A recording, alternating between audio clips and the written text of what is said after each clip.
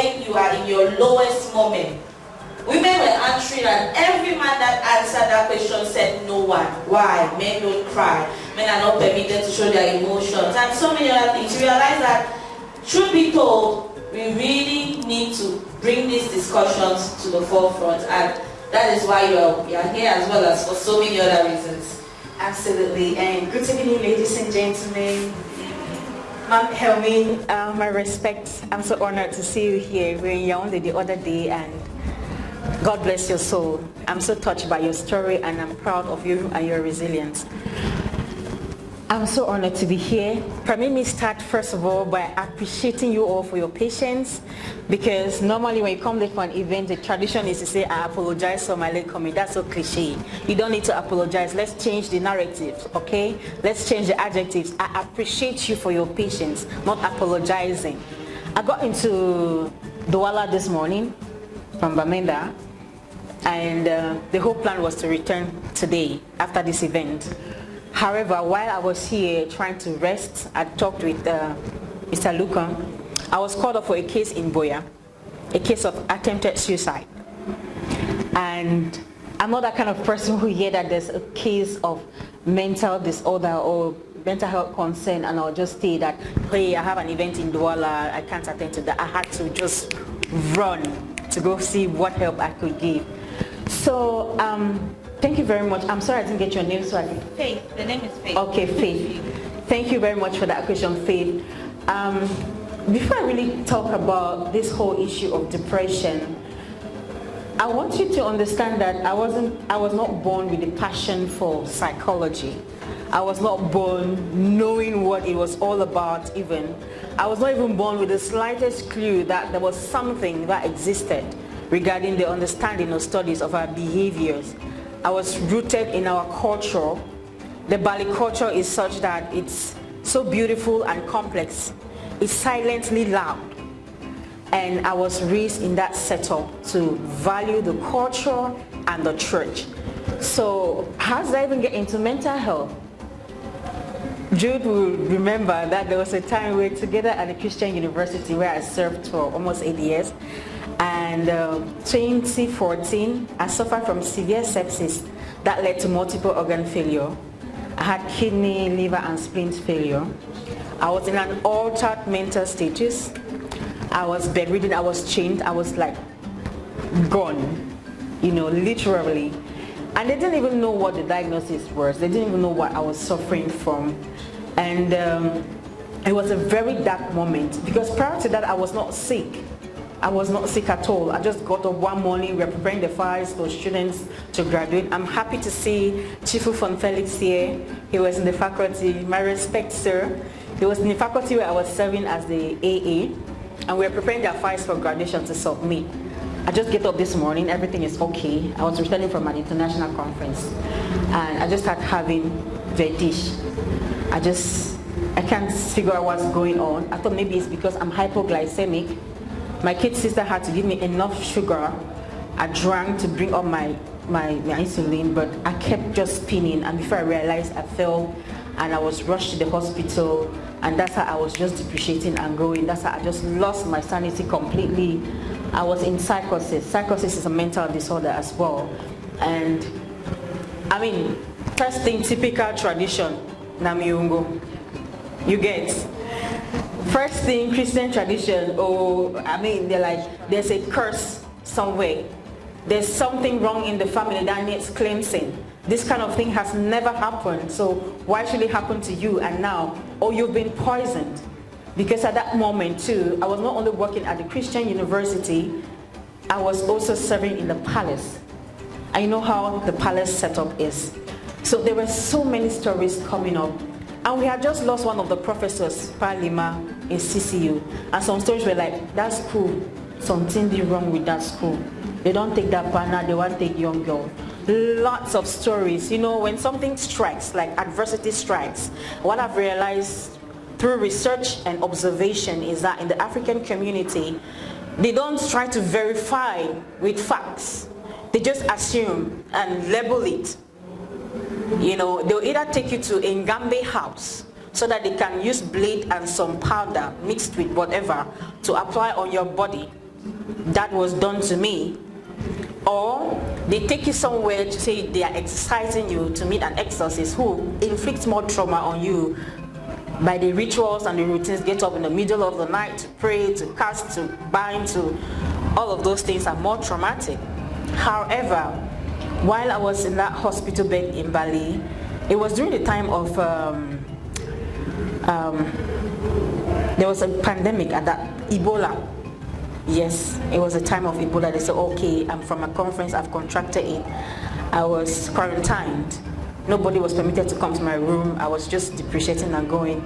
To Professor Chia, may he so rest in peace, he came and insisted, the Vice Chancellor then, that this girl should be taken out of here, or the advice of some nurses in that hospital.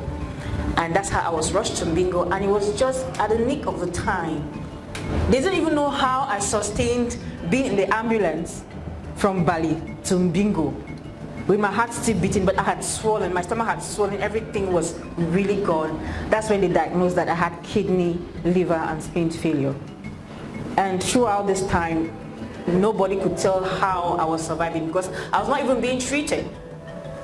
I remember there was a night they gave me like 6 drips in a space of 5 minutes because I did not have pulse. So they just had to flush it to see if something could come up, and my heart was just still beating faintly. And somehow they managed to get me to Mbingo. And I remember one of my friends who was working with the UN, he's of late, Nimba David, he insisted and threatened that hospital that he was going to sue them if something was to go wrong with me. That's how they reluctantly liberated me. Even the state, the health personnel, the district officer and all the health personnel, they came like, no, it's a case, it's a suspected case of Ebola, we should just let her die so that she doesn't, they did that. Even the bike person who carried me from home, they called him back to cleanse him, like give him some tablets for protection. My grandma who took me along, they gave her protective tablets, and it was just so traumatizing. However, I thank God for grace that I didn't die at that moment. That's the time where I was already speaking of, like, whatever I was saying was not making sense, and they didn't chain me at that point. I was chained while in Bingo.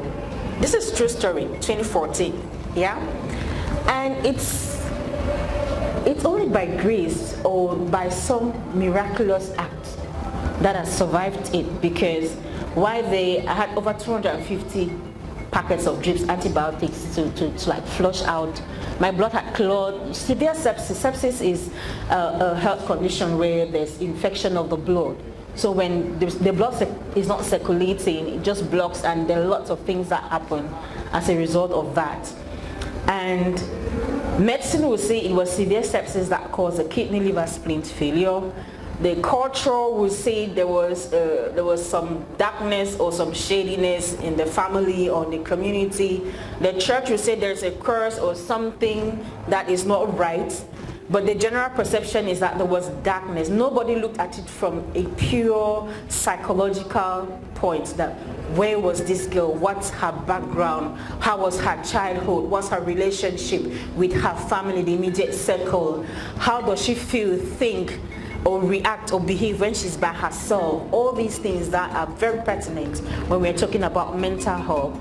So to cut the long story short, my grandfather left the US, came to Cameroon, came straight to the hospital. When he saw what I looked like at that moment, he's a very traditional somebody. He had to take calabash, put water inside. You know how we are Africans regardless. And spoke over it, made some declarations, and poured libation, like, if this is something genuine, and this is how you're supposed to go, we are tired of this suffering, you should go, and like said it. I'm speaking with the authority of your grandfather, and he said all those things. I said, I've come to take whatever it is to go with, because I'm still strong, you can't go now, but if you must go, go in peace. Because they were tired. They're in Bingo, they do everything research, they are not actually seeing the cause of that kidney, liver or spleen failure, you get.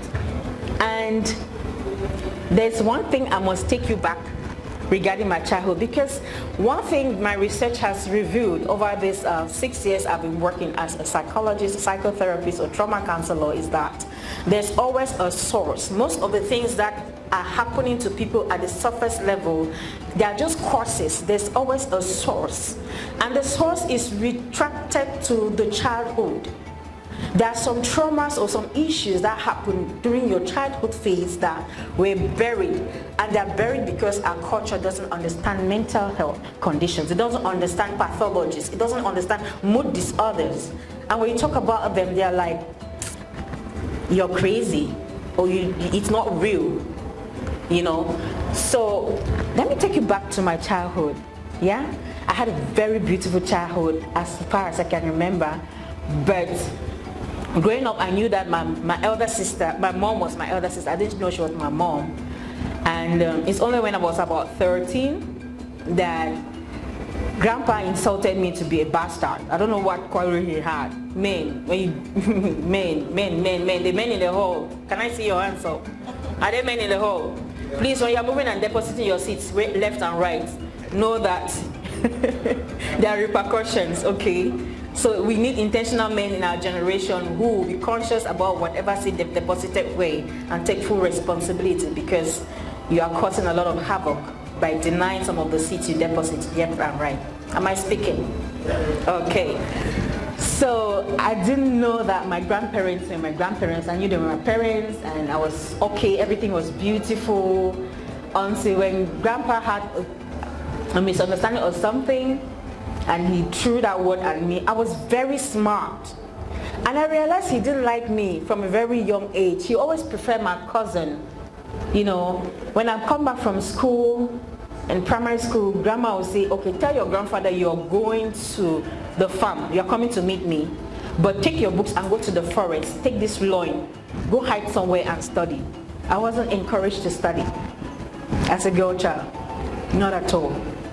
And it brings me tears because at the end of the day, it's me who had to save the family somehow. Me who was not encouraged to go to school, who had to hide to study, you know. So when he made that statement, I was like, what does it mean to be a bastard? I started questioning, and I'm like, okay, if you're not my parents, who are my parents? That's when I learned that my big sister was my mother. And I wrote her a letter. I'm like, you would have aborted me instead of leaving me with these animals who get to treat me this way. I said that. I mean, I was angry. As a girl, 13, you're just getting into that middle phase of adolescence. There you're questioning things. You're questioning your existence. You're trying to understand you and understand your environment. And that thing comes, boom. That family circle that was comfortable, giving you support, it starts making you feel like you're not good enough, you're nothing, you're not worthy because you're a girl. I was like, no. I went in to be a junior parliamentarian. I was starting to fight for the rights of children who were born out of wedlock, blah, blah, blah, all those stories. And I asked my mom, so who is my father? And she's like, I don't know him. I don't have a relationship with him. And I'll never have a relationship with him. These are your parents, so stay with them. And I took her for her words. After I didn't like her, I didn't know her. So I knew Grandma. I focused on what I had at that moment. So 2 years later, she comes back and she's like, oh, I'm sorry, but my husband wants something that I must do because he's my husband and I must obey. And they adopted me without my consent. You get? At this point, the adoption papers came when I was 16 or 17, because my second time going to my mom's house was when I was in Form 5. So when I was about to come back to Bali for holidays, they gave me an envelope. I open and see a new birth certificate, with money inside. I'm like, okay, what's this? you get what I'm saying, right? And they're like, okay, you are now part of the family, blah, blah, blah, blah. You know the stories. And my mom and my stepdad, they have. Physical wealth, they have. But emotional wealth, they are zero. I'm sorry to say. I had gotten to that point of my mental health where I told them, I confronted them that I've been caged for so long and I'm using my story to inspire and encourage and change the narratives. And if you're not ready to listen to it now and deal with it, you watch it over CNN, you listen to it over BBC, because there are so many parents out there causing a lot of trauma to their children, unconsciously and unconsciously. So I'm going to use my story. I don't know how you feel about it, but it's about me liberating myself and helping other people who are out there. So why am I making this emphasis? For you to know that I don't disrespect them, I don't disregard them, but it's about my story. It's about me helping you know that there's a consequence to whatever you do. And it's not only about you, but about the persons that you are relating with. So back to the adoption and all of that, everything was fine. For 7 years, they took care of me, everything. I went to the university. I mean, I saw the other side of life, affluence. I had everything, and I was very obedient. But I didn't neglect my grandma, because she was my source. She was my strength. She was my fortress, my foundation. Everything that this new family gave could never equate to me going back to the farm with her when I come back from school at primary level, trekking and rolling my cover pots with this cassava stick that has this corner, and running with the joy to meet her in the farm. Even if it took 1 hour, I had the pleasure of doing it. I meet her, I eat with her in the farm, I carry cassava and we come back. Even in the rain, we are falling, we are picking it up and coming back. It was so beautiful. So all this money and everything could never equate to that. So I had that beautiful memory. So when something happened after my first degree, when I was 23, I got disowned. Yeah. My mom had a disagreement or something with my stepdad, and it was really heated. Up to today, I don't even know what it was. But somebody had to bear the consequences of that issue, and it was me. And I was asked out of the house. I was so bitter. I was so angry. I pleaded for a week. That what did I do? I'm sorry. I actually went on my knees. I pleaded that I need to understand what I did. And he was like, you and your mother, you combine here and kill me. I don't want. I mean, he was really verbally so abusive. I was like, you know what? I think I had a strong foundation that grandma gave. I called grandma, I told her about everything that was happening, and she was like, Julie, Mia, like, take it easy. Remember, whatever you want to do, you can do it. Remember when you were a little girl, you said you want to be an influencer, you want to change the world, you want to make people feel better, love themselves. Remember all those things and focus on getting to that point. Whatever they are doing, they don't know what they're doing, because tomorrow I see you helping them. Grandma encouraged me that way with these words, and I called my friends in UB, called Coretta. I'm like, I lost my dad. I called to my classmates, I'm like, I lost my dad. We cried over it. They sent me some funds. I mean, I mourned that for a week, and I left the house because they were like, Ben's like, he doesn't want to have anything to do with me again. And that's how I left the house. All of these things were like implanting seeds of hurt, of pain, I actually attempted suicide in that house twice. And nobody even noticed, because I was in so much pain. I was like, well, why? I didn't ask you people to get me to be part of your family. So why would you just get out and say you don't want me? You know? And I just remember that grandma said, I can do anything. I shouldn't focus on the bad. I should just focus on where I'm going to, because I owe me. I don't even owe her. So I left, I went back to UB. Sorry, but it's not like it's still sad, but when I think about all of those moments and how far I've come, I'm just like, yeah, you know, there is power in determination and resilience. So I went back to UB. I was homeless for like 3 months. I was sleeping in the studio, M1 studio, like doing backup for artists, learning to play the guitar. I played the guitar, I sing, and just being there and trying to figure out and focusing on church while trying to complete my course in ICT and other things. And I was like, I already have this degree, because it's only when I had the degree, I was homeless and on the streets for 3 months after my degree, and I was like, what can I do with this linguistics? I'm taking you back to where I was before coming to the severe services. Yeah, and I realized I can start a community project on language development. I was really gifted. I developed the alphabets of some languages, some language communities, and I mean, as a linguist, I have a good record of what I've done, but there was always that pain and that hurt. Because imagine the situation when I cook in the house and my dad realizes I'm the one who has cooked, there's a fault in the food. But when I cook and they ask who cooked, I'm like, is there help? They'll pull me up and ask me to taste of it. This is how food is supposed to be. But I cooked that food. Can you figure it out a little? So all of these things are building in my mind. I'm like, okay, is it like, and my mom didn't do anything to protect me? No. Whatever daddy said was what should be. After all, just lay low, respect him, he has some money, he'll send you to school and all of that. So I was like, I've had enough. So after I cried, I told my friends my dad died, I took him off my mind. I'm like, okay, the focus now is to help people love themselves, to help me be the best and all of that. That's how I dug into language development, helping people figure out things for themselves, and just singing and praising and all of that. I got back to Bali, started a community project there. We are advertising the language. That's how I got the job with the university where I met Jude, Chifu, and all of that. And I was giving my all. But there was always that question mark. And all the bitterness and pain gathering inside.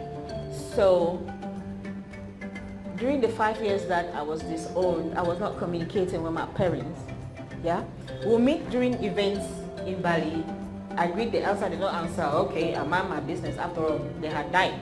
In my mind, I'm focusing on grammar and myself and taking care of the many students I had. So the pain and bitterness was inside. It was really boiling, but I always shared it with this big smile. I didn't even know how to go about it. And I remember there was a time they said I was possessed, and they took me to an exorcist. Yeah, I was really crying that I'm not okay. I'm really hurting. I want to talk about what happened to me. I want to talk about those things. They're like, you're ungrateful. You don't get to talk. You listen and you do what you're told. That's the culture. That is the norm here. And at that point, I just said, you know what? Now I can't know who my dad is. My mom won't talk about it. And grandpa is dead. Grandpa died 2010. It's just grandma, so let me give her the best. Let me forget about all of these things. But somehow they were buried already in my subconscious mind, and they were eating me up. They were eating me up. I became so addicted into alcohol. I got into drinking wine. When I come back from work, the first thing I'm doing is I'm taking off my shoe from my door. I'm just opening a bottle of wine, I'm drinking, and I'm like just burying myself in it. But I was very effective with my work. And I was very loving and caring and comforting. I would take anybody who is hurting or anything. I want to just like bear everything. I didn't yet know about anything psychology, yeah, until when all of this happened. I'm bringing you to my background so you can see where it links with me being in that hospital bed when Grandpa comes and pours the libation. When he poured that libation and all of that and spoke, I said, I've come to take away whatever is holding you back. The one person who had not come to check on me was my dad. And his sisters, they did their own Gambe search and all of that. They were not really into Christianity like my family was. And they said, if that pikin die, they go say, now you better go see, you know. And reluctantly, one of my uncles, the one that had sent me to for exorcism, he pulled him somehow, convinced him from Bafusam to Bingo. And I'm told that when he came and saw my condition on the hospital bed, oxygen chained and all of that, he went down on his knees and said he was sorry to my grandmother. Actually, my condition broke him down, and he apologized and really wept. That he didn't know that his actions had such repercussion. That he didn't know that this is how terrible this girl was sick. He didn't know, and they tried to reconcile and like, okay, if there's anything, if she really has to go now, she should go, but if she should stay, then we really like for her to stay. And he actually spoke over my head and all of that. The miracle or the high point of the story of me being in that hospital bed in Bingo is that the very next day, remember I've been in the hospital for over 2 weeks in that altered mental status, in that deplorable condition. The very next day, I regained consciousness. Does that make sense? Does that make sense? The very next day, I regained consciousness and they took out the oxygen. And the doctor asked me if I remember where I am, if I can recognize where I am, or I remember what happened or anything. I hear the first words I said was, "It's a miracle." Yeah. And to me, I realized that God works in a mysterious way. Like the story of Joseph in the Bible, who was loved by the father, hated by the brothers and all of that, sold as a slave. Potiphar's wife did what she did, thrown into prison, thrown into a pit, but at the end of the day, he was made the governor.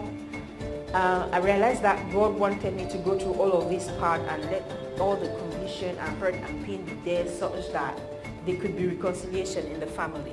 Because the two families were torn apart. We at each other. African tradition, when you born pikin for house, that pikin na pikin for compound. You know, they carry and go marry house. That's the Bali tradition. I don't know about other cultures, but that's how it is. So it was like very odd and distorting the spirit realm somehow that my mom would, on her own, want to give me over to her husband. And in the Christian perspective, I can't really see what it is, but for me, culturally, it was unethical to do that. Her reasons were her reasons, like she tried to explain or justify later, but I'll not get to that detail. The point is, I regained consciousness and I realized that I couldn't even look at her in the face. I'm like, how could you? When you had me, Grandma did everything for you to be okay, but you chose your husband, you chose your marriage over me. How could you? I hated her to the point where I couldn't just stand her side. And I told her that I would have rather just gone than to see you do what you've done and expose me to this level of abuse in the house.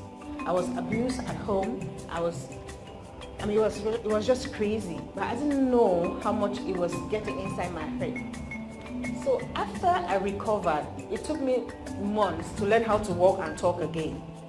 Yeah, I had a lot of help from psychologists, some therapists, some friends, because prior to that, I was so committed in community service. As I started the Mungaka project, people all over the world, they always send support. That little girl who abandoned everything, I was working to see that the community goes ahead. They send lots of money, thousands upon thousands of dollars to support my health. And they recommended therapists. That's how I learned that there was something like therapy or anything. And when I was talking with some of the therapists in the UK and in Germany and in the US, I was like, oh yeah. What I had was psychosis. What I had was major depression, was chronic or severe depression. What I had was trauma. Complex or compound trauma and all of that. And when I was dissecting all of this and being treated and being detoxified, I was clearly seeing the gap. I realized that there were so many people that were hurting that didn't have that space or somebody who could listen to them therapeutically and empathize and help them to figure out the emotions. What is mental health? Mental health has to do with how we think, how we feel, and how we behave, and its relationship or its interaction with one another, with the community. And when we talk about psychosocial support, the psychic, the person, social, the environment, it can be your family, it can be your friends, in her case, who supported her when her dad died. It could be the church, but any support system you can get, psychosocial support, the two, how it relates with you and the person. So I had a lot of help from therapists out there, and that's where my desire to divert from being the linguist I was to becoming a psychologist was born. And I said, you know what, I have to learn the psychology. I have to be a psychologist. I have to be a therapist. It took me time to be well. I remember after all of this happened in the house in Bafisam, because I swore when I was leaving that I'll never go back there. If I should go back there, it should be my remains. But when I regained consciousness and I had a lot of help to forgiveness, to forgive, to cleanse my mind, to just detoxify my whole system, not just my internal organs, but my mind, to change my mindset and work. I had a lot of help from therapists. I realized that I had done wrong. and I apologized seriously to my parents. I told them that I had announced your death, but you know what? Actually, you died, but we are now alive. Me too, I died because I was not me. There was reconciliation, there was forgiveness, we bonded. We had to learn to love each other and understand where the pain was. And I decided that nobody was going to suffer any kind of trauma that I know. I was going to be so vocal about it. I was going to run my mouth about it so much. I was going to help anybody hurting. I was going to be there, creating safe space. So that people who are hurting, who don't have a safe space. Mahemin talked of something where you don't know who you can share your burden with because they might use it against you someday. A therapist is the best person to go to because we are bound by the code of our ethics, which is confidentiality. Even if we are friends and we discuss something during therapy, there's no way I'll bring it up back when we're having a drink. Okay, so I decided to go back to school, did another master's, this time in psychology or in mental health. I did short courses in trauma from Center for Trauma and Resilience in the US. I did advanced courses in trauma to heal me first and be able to identify what's wrong with others and help them heal. Did that master's, I went up to PhD now, did PhD in psychology, and I'm there doing research and helping others. And I've been helping so many people, especially with depression, with suicide, because I've attempted suicide before, I know what it is, anxiety, panic, complex trauma, bipolar disorder, and schizophrenia, There are so many of these issues that are not witchcraft, that are not spiritual attack, that are not a curse. It's just a pathology. It's a mood disorder, and we have two courses. It could be biological, it could be environmental. My case was environmental. It was not biological. So it was weird because nobody in the family had experienced it. And so many people were used to shutting up and burying it. But I'm a bubbly, lively person now. Anybody who knows me knows that I am. Felix, I'm very lively, but when you shut me up and make me feel like I am not enough, I'm not worthy, and it was just making me sing. And we reconciled. I really apologize to God for labeling my dad to be dead. And today, that sometimes that he wants to take major decisions, he consults me, he contacts me. So praise God for that. Yeah, it's not all bad. And I've studied so much. I've done a lot of research. I've helped hundreds of individual clients. I've worked with organizations, institutions. I've also helped doctors, because doctors also, they have mental health concerns, anxiety, depression, stress, burnout, that people don't see to be a huge challenge. And I'm just giving my heart to them professionally, because sometimes I have clients who are pastors. Pastors are theologians, they are not therapists, they are not psychologists, they also need help. So what am I saying? I'm saying that mental health is real. It's true, African customs and traditions have some aspects of it that you cannot explain scientifically, that you can say that one is witchcraft, like the totem, the transformation and all of that. But when you lose touch with your reality through psychosis, or you have mood swings, bipolar disorder, or you are schizophrenic, or you are depressed, and there are many types of depression. You have minor depression, you have major depression, you have chronic depression. When you have all of these symptoms, the major thing that makes you know that something is wrong is when you don't have that appetite to the things you once found pleasure in, where you can't see yourself doing those things again. Yeah, where you lost touch with your reality and yourself. For example, you know that you're supposed to be here, you know the rate to be here, you can be here, but you don't have that energy, you can't just get over it, you can't just get here. And you can have mood swings, you can be angry over certain issues. It doesn't mean that you're depressed. Anger is different from depression, or throwing tantrums is different from it. We call it depression only when it exceeds 2 weeks. There's a lifespan of it. My depression, when it exceeds 2 weeks, you're still in that mode and you can't get out of it. Okay, So I've had lots of cases of depression, and this particular case, this lady was flown in from France. She had been in a psychiatric home for 6 months, was depressed for over 3 years, and she was flown in here. And I've been working with her for 6 months now, and to the glory of God, she's fine now. You know, and I don't use medication. I'm not a psychiatrist. I'm just a psychologist or psychotherapist, and we are trained with skills and techniques. I also do hypnotherapy, where we can enable us to get the clients to the childhood through hypnotherapy to disassociate the person with whatever happened. Is it sexual abuse or whatever?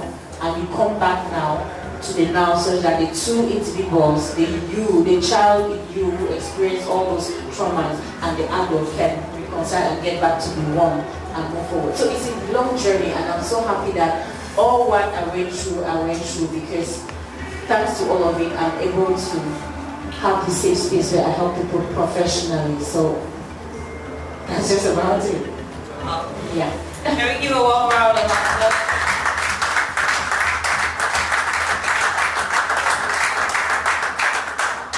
Well, I'm sure we have questions. I don't need to ask so much. Can we just raise our hands and, of course, indicate that I move the microphone to wherever it is you're seated? Any questions? Maybe there's anyone in the hall who is depressed or going through a hard time? And I have a skill here. I have a questionnaire that we'll just pass it around so that you can fill in, so that you evaluate yourself to see if for the past week or so you had depression. Is it mild, moderate, or hard? So you can pass it around. Alright, while the questionnaire is going around, anybody, any questions?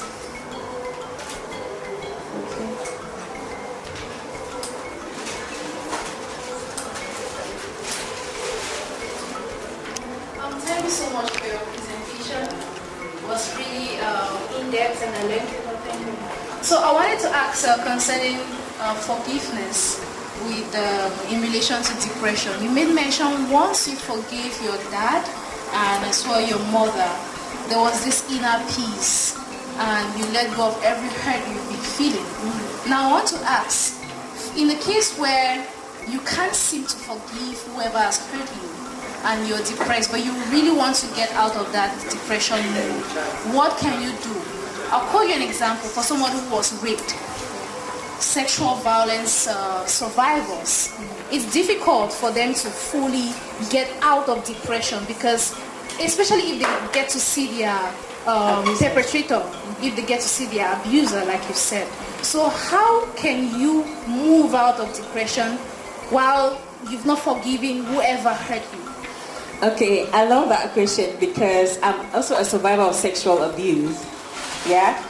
And I only remember that mine happened, that was sometime, some 2-3 months ago, when I was talking with my therapist. I still go to my therapist. She's like my coach. When I have some difficult clients, I go to her for advice. So in the course of working with me, she took me through hypnotherapy, and I realized that I was abused when I was 9 sexually. And I remembered as I relived the scene. And in the course of that hypnotherapy, I had to forgive the person. I didn't even know that memory was there, because when you grow, sometimes some things are buried. To your question, you're not forgiving for the person's sake. The forgiveness is for you. Okay? And if you really need help, or know somebody who needs help to forgive, I'll be there to help the person. It's really a process. You cannot just forgive at once, but it starts with the will to liberate yourself. Because forgiveness is like self-liberation. You're doing it for you. You're not doing it for the person, because the person might not even be alive to tell you I'm sorry.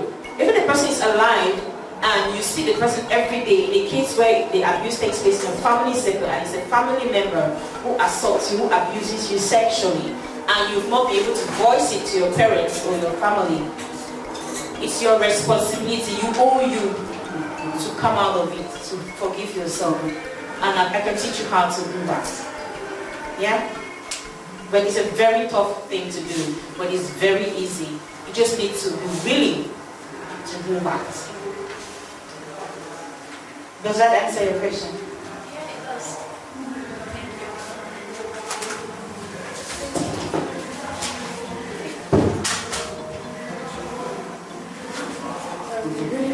Thank you. Thank you very much for your presentation.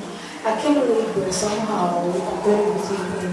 I really feel blessed. Okay, so I don't know, there are times when it has happened twice. I'm too stressed up to the point where it affects me mentally. And one time it happened, I actually got mad, I can say. So I don't know, they took me to the hospital, they said they are not seeing anything. They took me to the pastor, they said they are not seeing anything. But some days later, I became myself. And it happens like when I have a lot on my mind, I just lose my mind and I can say something off. Yeah, so I don't know what could be the cause. Is it depression or a mental problem or what? Absolutely, it's a mental health concern. And I've not heard your story. I can't say with precision what it is, but we are guided by our diagnosis with DSM-5, which is a diagnostic and statistical tool for psychologists. And if I could talk with you, I could tell you what precisely is your challenge, because there are many mental health concerns. You have pathologists, many psychopathologists. It could be a mood disorder or a phobia. Okay, and when triggered by certain stressors or some triggers, it will get you to that point, maybe psychosis or maybe hysteria or something. But if you need help, I'm here, okay, so that we can diagnose and actually identify what causes you to get into that state and the trigger, such that you can know how to protect yourself from them or face them.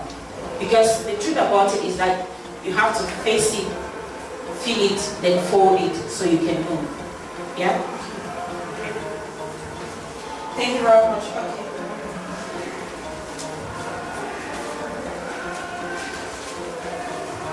I understand a lot for that. This is particularly important.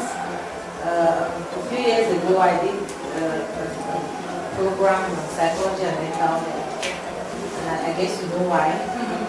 Why I decided to do that, and I'm thinking of pursuing that because I love it. And I'm reading a lot about that, of course, for obvious reasons. There are two things I would like you to share your thoughts about. Okay. First, lately I hear about, I'm not very sure, spiritual psychology, something like this. Some people I've spoken with are now talking about that. Spiritual psychology. I know that may have something to do with exorcism. I'm not very sure. What are your thoughts on that? That's the first one. The second issue is, how do you get someone to accept that they have a mental health challenge? Because you will not deny the fact that a lot of people still feel that there's a kind of stigma around, especially when they don't understand it. And so they think that this death sentence, you're mad, this person is crazy. How do you get someone who needs help to accept that they have this challenge and accept help? Okay. Let me start with the second question. The first thing is for us to change the narratives regarding mental health.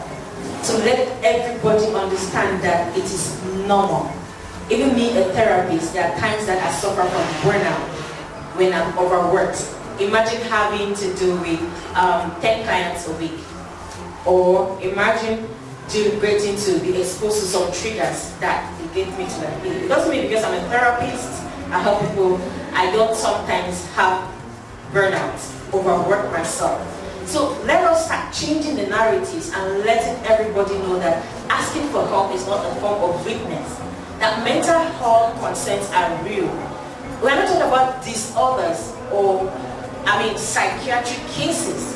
Everybody, the World Health Organization states, everybody, be you a child, an adult, an adolescent, or in the gerontology level, that's the old, you suffer from some form of mental health concern. It could be just anxiety, that's the mental health concern. It could just be panic. It could be phobia, that's the mental health concern. So the earlier we started changing the narratives regarding mental health conditions and situations and letting everybody know that, hey, like the young people say, there's always that gap that you could be overwhelmed and you lose it. but it doesn't mean that you're losing it all. You could be overwhelmed by the stressors of life. What is trauma? When your capacity scope is exerted beyond your limit, you get traumatized by a situation. And what is traumatic to me might not be traumatic to you. So no one size fits all.